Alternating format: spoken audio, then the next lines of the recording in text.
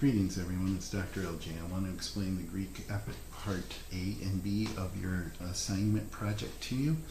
This is our major assignment in the class and we're going to revisit the Greeks.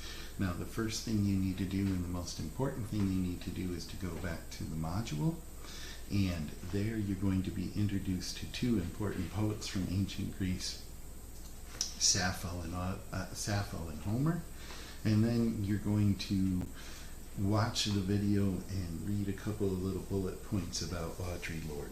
Now, the importance of Sappho is that Sappho really introduces the sensual or the erotic into Greek poetry, especially in relation to the hero. And of course, for the Greeks, this comes out in terms of eros, erotic love or sexual desire, but more importantly, the freedom to love with your body, right?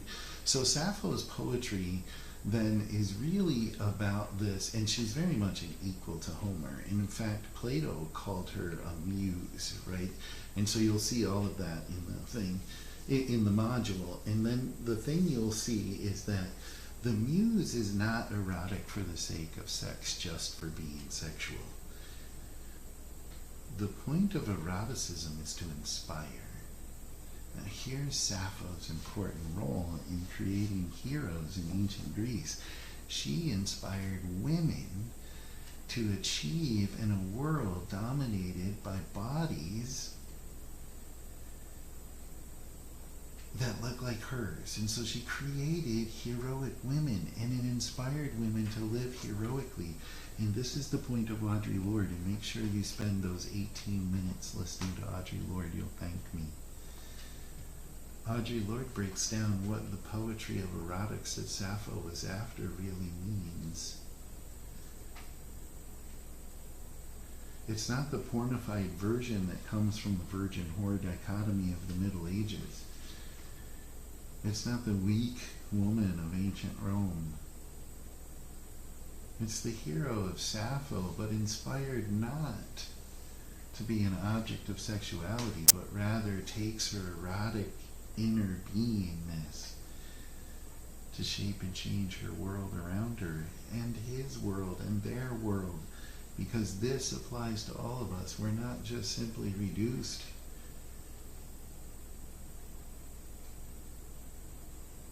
to any one thing. Our erotic beingness is so much more, and that's what you're going to talk about. You're going to talk about the epic journey of the hero in ancient Greek poetry through the lens of Audre Lorde. Now, once you've finished the module, you're going to go to the assignment, and you have part A and part B. You must submit both parts in order to receive credit for the assignment. Now, your poem does not have to rhyme, but it needs to be written in stanza form. It needs to be a lengthy poem. This is an epic journey. Epic journeys need to be long. I've asked for an 800-word minimum, but you're going to need to record a 5-minute video. So if 800 words can take you 5 minutes, that's great. But you need, the length is not my major concern. You're going to need more than 800 to record a 5-minute video. And then in part B, after you submit the written part A, you're going to submit a 5-minute video, and make sure you follow all the rules on that page within that rubric, in that assignment. Both A and B have their own rubric. That 5-minute video is going to be your dramatic reading of your poem.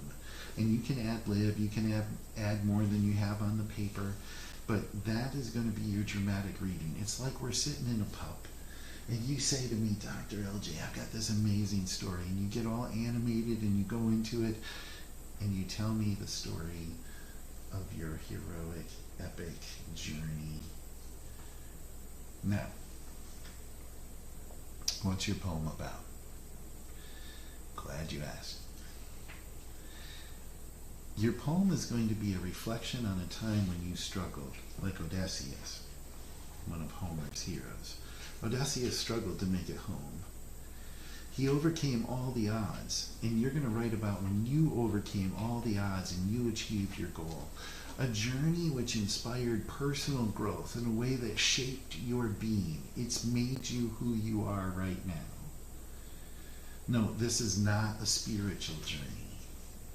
This is a heroic journey of overcoming the odds, beating a disease, moving a mountain,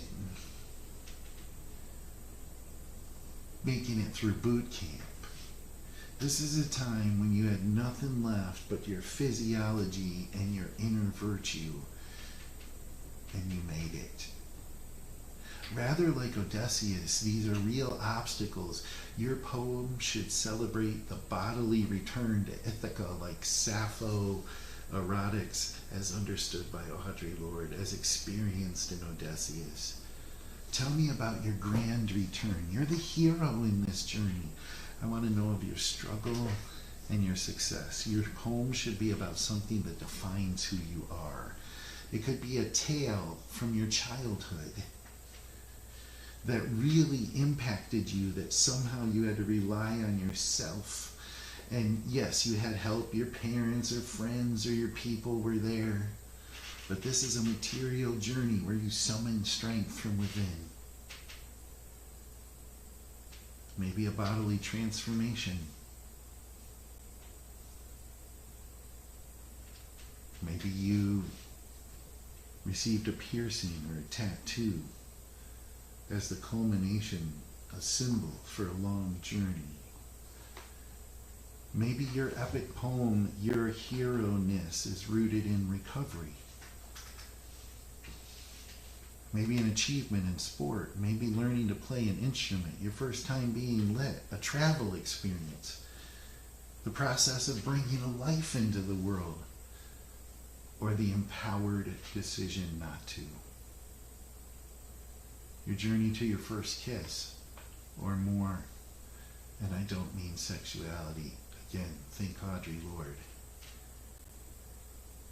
If a kiss can inspire you and make you feel all Twitter-pated, imagine what painting or sculpting. The journey into adulthood. Maybe an adventure with someone you claim to love. Maybe it's the process of surviving middle school or high school. Overcoming stage fright. Maybe your first real experience at independence.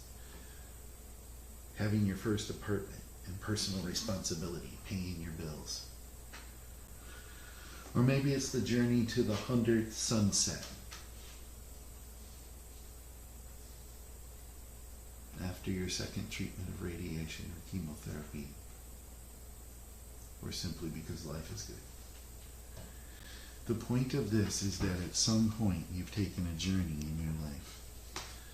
One you maybe didn't ask to be on. But somehow through virtue, don't forget about the virtues in writing your poem. Make sure you read the module. But somehow through inner strength and virtue, fortitude, you became a hero along the way. You discovered yourself. You realized how resilient and strong you are.